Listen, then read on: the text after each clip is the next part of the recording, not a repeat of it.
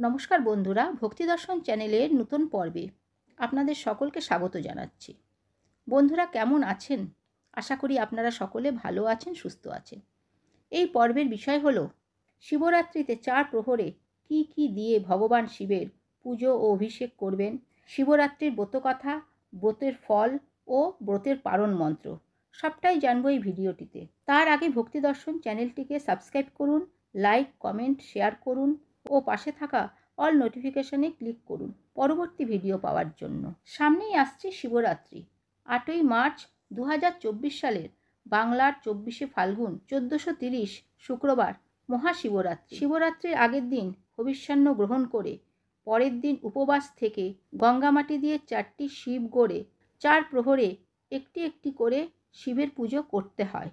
প্রথম প্রহরে দুগ্ধ দ্বারা, দ্বিতীয় প্রহরে দধি দ্বারা, তৃতীয় প্রহরে ঘৃত দ্বারা এবং চতুর্থ প্রহরে মধু দ্বারা শিবের অভিষেক বা পুজো করতে হয়। ব্রতের দিন সারা রাত্রি জাগরণ করে পরের দিন ব্রতকথা শুনে ব্রাহ্মণ ভোজন করিয়ে ও সাধ্যমতন দক্ষিণা দিয়ে ব্রতের পালন করতে হয়। ব্রতের ফল: যজ্ঞের মধ্যে যেমন অশ্বমেধ যজ্ঞ, তীর্থের মধ্যে যেমন গঙ্গা, তেমনি ব্রতের মধ্যেও শ্রেষ্ঠ ব্রত হল শিব চতুর্দশী ব্রত। এই ব্রত পালন করলে ধর্ম, অর্থ, কাম, মোক্ষ চতুর্বিধ ফল লাভ হয়ে থাকে। ব্রতের পারণ মন্ত্র: সংসার ক্লেশ দগ্ধস্য ব্রত নানেন শঙ্কর প্রসিদ সমুখ নাথ জ্ঞান দৃষ্টি প্রদ ভব। মহাশিবরাত্রির ব্রতকথা। বহুকাল আগে বারাণসীতে এক ব্যাত ছিল। দিন রাত সে শুধু জীব হত্যা করত। একদিন ব্যাত শিকার করতে গিয়ে অনেক পশুপক্ষী মেরে সন্ধ্যা ঘনিয়ে আসতেই বাড়ির দিকে রওনা হলো। কিছুটা এগোতেই রাত্রি হয়ে গেল। অন্ধকার রাত্রি, পথ দেখা যায় না। সে তখন একটি গাছের নিচে আশ্রয় নিল। কিন্তু গভীর জঙ্গলে হিংস্র জন্তু জানোয়ারের ডাক শুনে সে ভয়ে একটা গাছে উঠে তার ডালে মাংসের ঝোলা বেঁধে সেই ডালে বসে রইল। গাছটি ছিল বেলগাছ। গাছের নিচে ছিল শিবলিঙ্গ।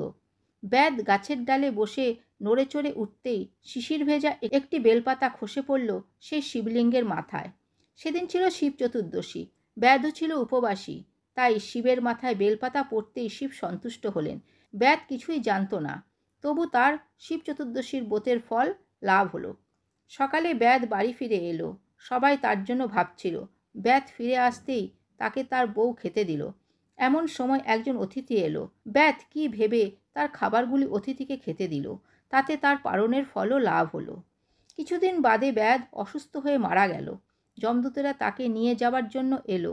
এমন সময় সেখানে শিবদূতেরাও এলো। দুজনে যুদ্ধ বেঁধে গেল। যমদূতেরা হেরে গেল। শিবদূতরা ব্যাতকে কৈলাসে নিয়ে এলো। যমদূতরাও তাদের পিছনে পিছনে ধাওয়া করল। কৈলাসের দ্বারে নন্দী পাহারা দিচ্ছিল।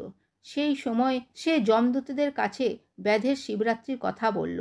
সব শুনে যমদূতরা ফিরে গিয়ে যমকে সব জানালো। যম বলল, হ্যাঁ, যে শিব বা বিষ্ণুর ভক্ত আর যে শিব চতুর্দশীর ব্রত করে এবং যে বারাণসী ধামে মারা যায় তার উপর আমার কোনো অধিকার থাকে না। তারপর থেকে এই ব্রতের কথা চারিদিকে প্রচার হলো।